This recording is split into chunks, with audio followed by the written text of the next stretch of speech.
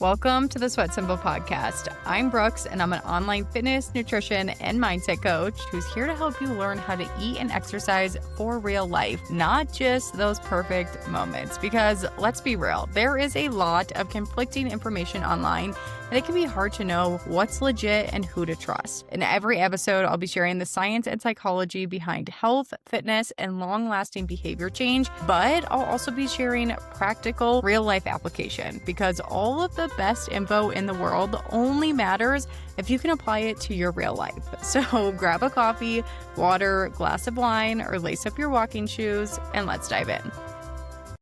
Hello, you guys. Welcome back to the SweatSimple Podcast. I am ready to dive right in today because today's episode was inspired by one of my one-on-one coaching clients, and the shift and reframe and really the information that I shared with her has completely changed the way that she is approaching food, approaching alcohol. So I thought you guys would benefit from this too. So I recently shared this tidbit of information with one of my one-on-one coaching clients around willpower, and it has completely changed her relationship with willpower, her ability to be consistent with her health and fitness goals. And I know that a lot of you might need this too.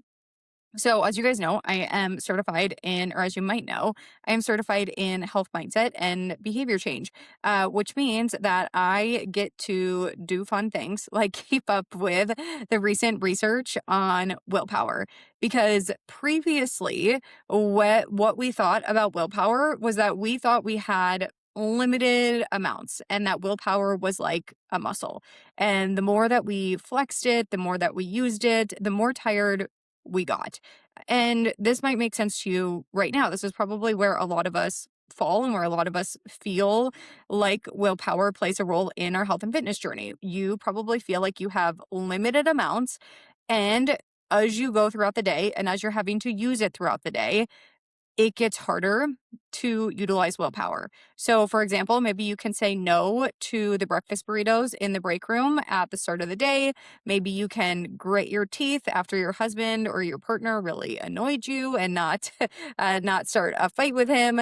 Maybe you can, resist the break room treats that are sitting out at work, but you've used up willpower at least 3 times, probably a lot more than that throughout the day, so that by the time you get home and the time comes to make dinner and you're feeling really tired, your willpower is gone. And you decide, I'm just going to order the pizza.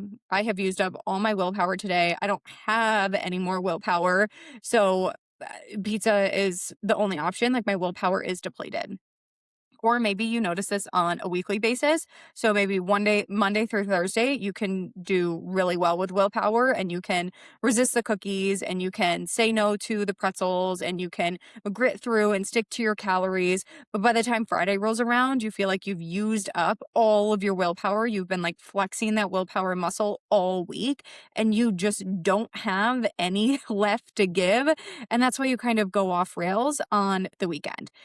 This is how we previously thought about willpower. We really did think that we had limited amounts of willpower. We even thought that some people, I say we, but it's really the researchers, but we even thought that some people had more willpower than others. And maybe you can relate to that too. I'm sure a lot of you have said, well, she just has so much willpower. It seems so much more willpower than I do. Maybe you even look at someone like myself, who's a health and fitness coach, and you think that I just naturally have more willpower than you. And this just must be easier for me because I have more willpower. I have good news because what I shared with this client and what is really, really cool is that in recent years, newer research has shown that we actually have unlimited amounts of willpower, and it is our mindset around willpower that impacts how much or little it feels like we have. So we are not sitting out here. You do not have more willpower than me. I do not have more willpower than you. We do not start the day with our willpower tank at 100 and by the end of the day it is at 0. That is not true. We have unlimited amounts of willpower. But what impacts our ability to use willpower is how much we think that we have and our mindset around it. So none of us are actually running out of willpower as the day goes on. We have the same amount of willpower when the day starts as when it ends. But when we think that we're running out of willpower, we use it less. And it seems like we have less of it. So if we go back to that example, the reason that it feels so hard to use willpower at the end of the day to make the healthier choice is because right now you think you only have certain amounts of willpower. And you think that at the end of the day, your willpower is depleted. You think that you have run out of willpower and there is nothing else you can do. You are tapped out. You have used all of your resources for the day. You really have no choice but to give in because you're out of willpower.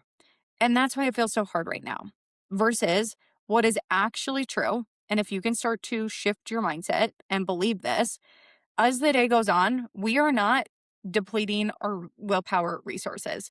We have the same amount of willpower when we said no to the burrito at the start of the day as we do at the end of the day when we're trying to decide if we want pizza or not.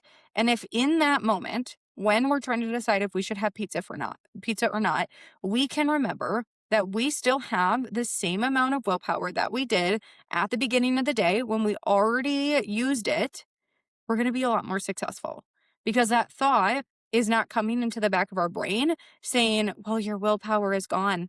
You just don't have any more willpower. Your willpower is just depleted. We have no choice. You've already used up so much willpower today. You just don't have any more left in you. Now you're saying, I still have willpower. I'm still able to use willpower. I can easily pass on this pizza just as easily as I passed on the breakfast burrito at the end of the day. So our mindset around willpower impacts how much we have. And I saw this play out with my client. When I shared this with her, that we actually have unlimited amounts of willpower, she mentioned to me in her check in the following week that it felt like her only excuse went out the window. Suddenly, it felt a lot easier to pass on food, to say no to the alcohol, all because she recognized she had all the willpower in the world. It was limited. It was limitless. She truly said, I feel like my only excuse has gone out the window, which is really, really powerful. And it truly does show how much our mindset plays a role in everything we're doing when it comes to fitness and nutrition. So, even just by understanding and listening to this podcast and learning that willpower is not limited, you're going to start having more willpower. I do want to leave you with one more tip about willpower in general, because there is another way to have quote unquote more willpower, and it's really just to utilize it less. This makes a lot of sense because if we can just eliminate the need to use willpower in the first place, things are going to feel so much easier. So, what are some examples of this? How could we eliminate the need to use willpower in the moment? One of these is setting up your environment. There are tons of different ways to set up your environment so that you're using willpower less. One example I'm going to give is right now, I'm recording this in February. It is Girl Scout cookie season. Let's say you are someone who, whenever you bring a treat into the house, like the Girl Scout cookies, you just keep them on your counter. So every time you walk into the kitchen, you are seeing those cookies and you're having to use willpower to pass on them, or you're having to use willpower to either decide if you want it or you don't. If you were to put these sweets out of sight, you're not seeing them when you walk into the kitchen. You're not getting that physical cue and alert of, ooh, this food looks good.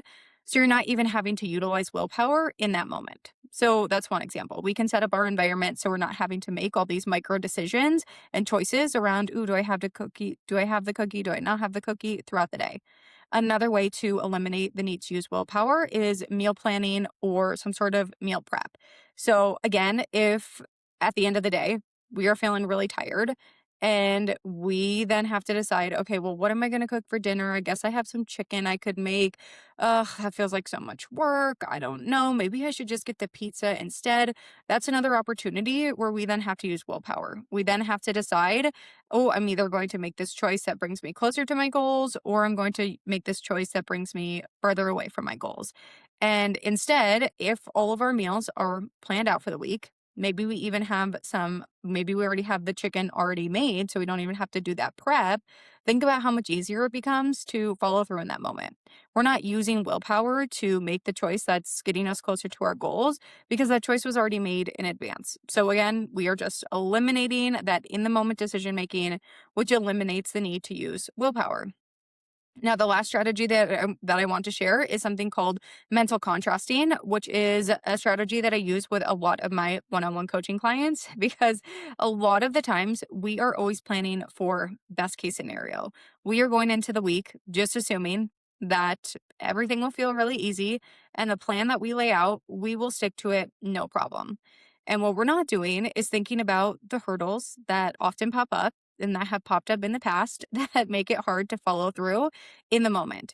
And when those hurdles do pop up, we're then having to use willpower to make the choice that we already set out and to make the plan and to stick with the plan that we had already set out.